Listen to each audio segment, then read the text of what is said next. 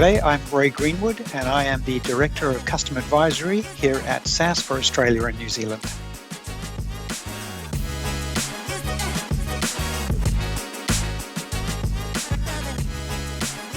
AI is about trying to let the computer learn from past examples to determine for itself what would be best in any particular scenario. So if I see the following thing in front of me and I'm an autonomous car, what should I do next? We need that car to have learned from lots of past footage of what the right thing to do would be to then be able to apply that in the moment. So it's that difference between me, a programmer, telling the computer what to do versus allowing the computer to learn from past examples.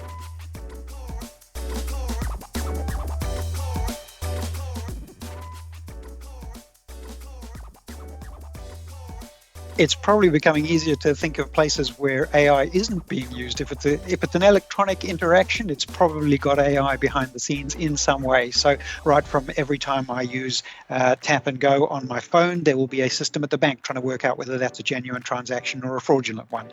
There would be systems supporting educational environments, working out what kind of courses are looking best for students or what kind of help might a student benefit from most. So everywhere and every day, we're starting to see embedded AI that becomes invisible. And that's probably the most important thing about AI in terms of going forward. Why is it important for everyone to understand it? Because it will have the ability to influence and impact our lives in ways that we don't necessarily see, because it will be transparent to us. But it's important to know that it's there so that we can make smart decisions about how we engage with those systems.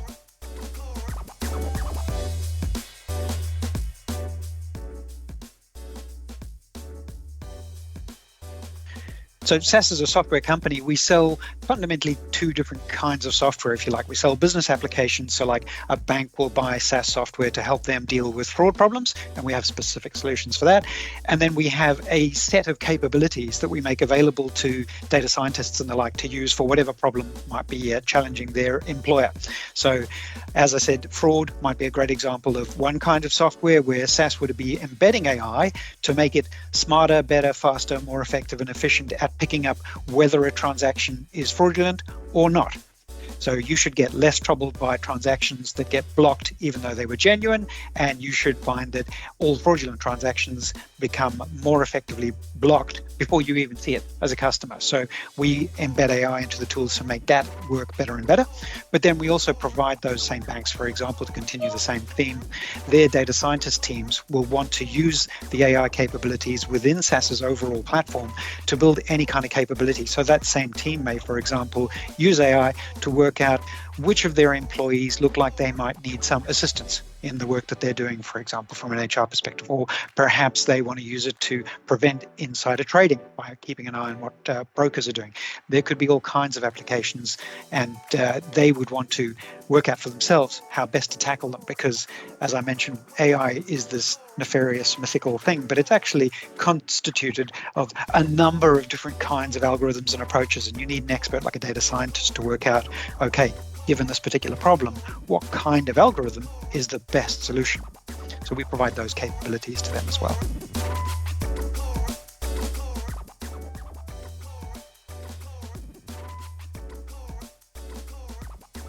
It's a huge topic of discussion right now. Bias in AI, ethical AI, responsible AI, they all kind of are driving the same philosophic conversation, if you like, in society as to how can we use AI in a safe way that doesn't hurt people in ways that we never anticipated. I like to think no one is really using AI to deliberately work out how to discriminate against people, for example, in a bad way. That's not the objective that anyone has, but it can be an unfortunate byproduct if people aren't careful. So what is SAS doing about it? We provide technical capabilities to allow organizations to kind of test and prod and develop their AI systems in a way that will help them pick up bias, for example, earlier, or pick up that the model is starting to behave in a way that's unexpected sooner so that they can intervene. So we're providing those capabilities in our software and our services to help companies deal with that. But at the same time, there's a larger societal discussion, and SAS is engaged with the US government, the European agencies in Basel, for example, to try and drive appropriate regulation conversations as well, make sure that the development of AI goes in a direction that suits society's purposes best.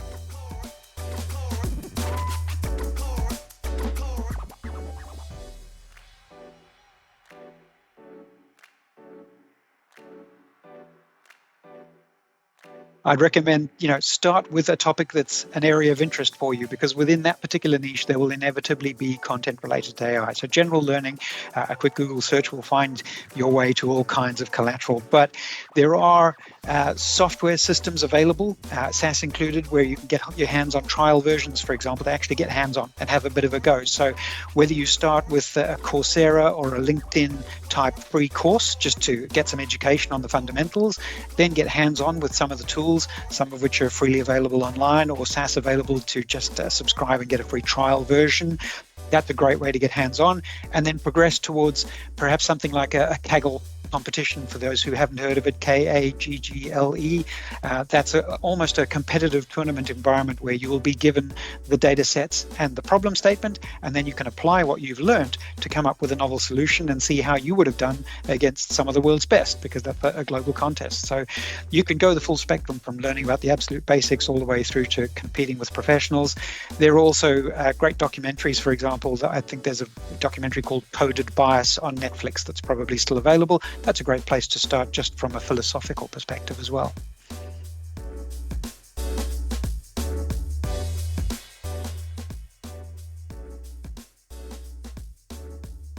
Probably the one that's more relatable to everyone would be something like cars, self-driving cars, autonomous cars, which have reached a certain degree of intelligence, if you like, using the smartest AI they possibly have, but they've got a way to go to becoming fully safe and fully utilized as completely self-driving cars. People following that area will be aware of that. But that's a great example to use, because how do you think they train those cars on how to drive? It's very similar and analogous to how machine learning is developed, in that you can't afford to actually drive an autonomous car into a wall to teach it that that's a bad outcome. So you create a simulated environment, a digital environment, where you can teach it that driving in a certain way led to a negative outcome. Perhaps it hit a barrier, crashed with another car. There were a bunch of negative things that happened. And then driving in a different way for a long enough time, it stayed in its lane. It reached its destination safely at the right time through an optimal route. All of those examples, learning thousands, millions of times. And I think Tesla has accumulated millions upon millions of miles worth of driving experience through their cars, both virtually and then in the real world as well. All of those learned examples allow the systems in that car to work out what is safe driving versus unsafe driving, so that at any given moment there are, I don't know how many, dozens, hundreds of algorithms running simultaneously, taking all of the feeds of LiDAR and video and radar and all of the other sensors that those cars are designed to provide in real time, process that and work out at that given moment what should its next action be to continue driving safely. So it's learning from those past examples what to do right now.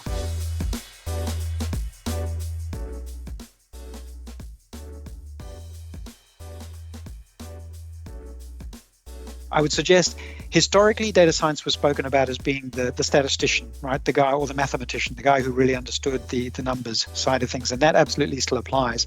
But as that world of data science has evolved, there is as much of a career to be had in this space for the people who focus purely on the data, for example, how to store it, how to optimally cleanse it, how to make sure it stays well governed, etc. There's entire careers to be had in that space, as well as then in the space of the people who use that data to build the algorithmics.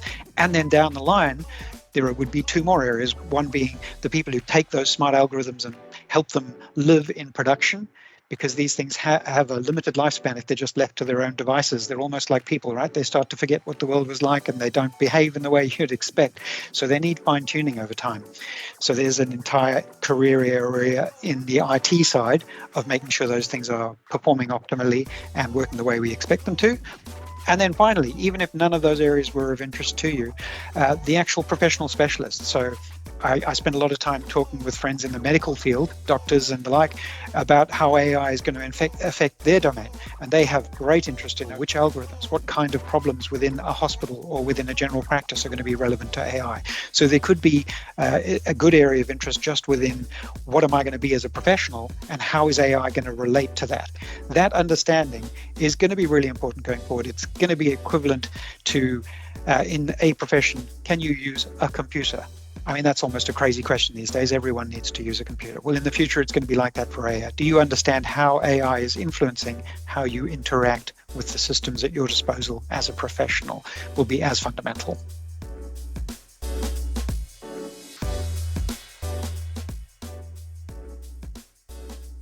myself personally, I certainly find it more engaging when I can get hands-on and get my hands dirty with the actual information. But even if the only tool you had available was Excel or Google Sheets, or I am sure you would find ways of experimenting with the basics, the fundamentals of everything to do with data science, even in that domain, through to ChatGPTs and Geminis and all of the current AI-driven tools that are available online publicly. There are ways to engage with and learn about AI that are definitely available to absolutely everyone. As long as you have an internet connection, you'd be able to get on there. But me personally, I would certainly advocate that if you have an interest in the actual modeling, the fundamental side of AI, do get your hands on some of the tools and experiment with them as well, and understand how it is that they're doing what they're doing and the pros and cons of those different systems. I think that's probably the best way to learn, is to really get your hands dirty.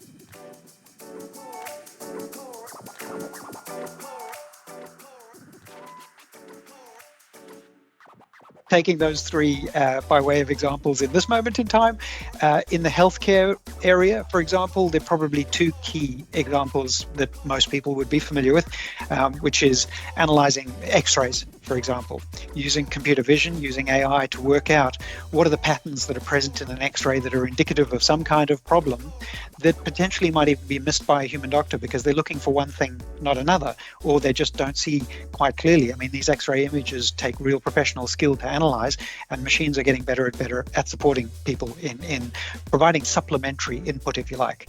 And there's a whole discussion to be had about at what point should the machine be allowed to make the determination versus just providing advice. Medical field is a great classic example of that, because we always want a doctor, a professional, to be in control of those sorts of diagnostic decisions, but the computers have a great role to play in supplementing that potentially at the moment. But for those who have an interest in the finance area, globally there are regulations that banks have to comply with in terms of how they manage themselves as a bank. How much money do they have to have in reserve, for example? How do they manage the risk around that? AI is becoming more important in helping them manage those environments and make sure that they have everything in place that they need to tick all of the boxes from a compliance regime perspective.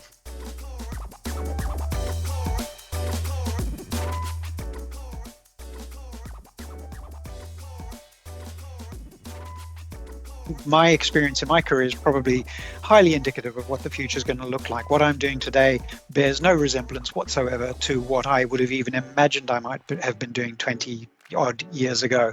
So the ability to adjust and adapt, the ability to learn the tools that are put at your disposal, those are going to be the key attributes. So as students, learn how to take advantage of those tools, learn how to use them to your best advantage. And I would say also, the understanding of these tools and that fundamental understanding of how AI is doing what it's doing is important from a self-awareness perspective, so that I understand how I want to behave to make sure that the tool is serving my purpose rather than me just doing whatever it is the tool tells me to do. The valid debate around that being the echo chamber that exists within things like social media, for example. Should I just be consuming what it is that social media presents to me, or should I deliberately be going outside of my bubble to make sure that I'm exposed to contrary views, new content, other things to expand my worldview so that I don't just narrow down? That's a basic example of making sure that if you are using social media in your life, are you making sure that it's not just narrowing you down, that it's actually expanding your worldview? That sort of example would apply to the rest of the tools that you would use in your professional life as well. Don't let the tools dictate terms to you. Understand how they work and make sure you understand how to make them serve you to your best advantage.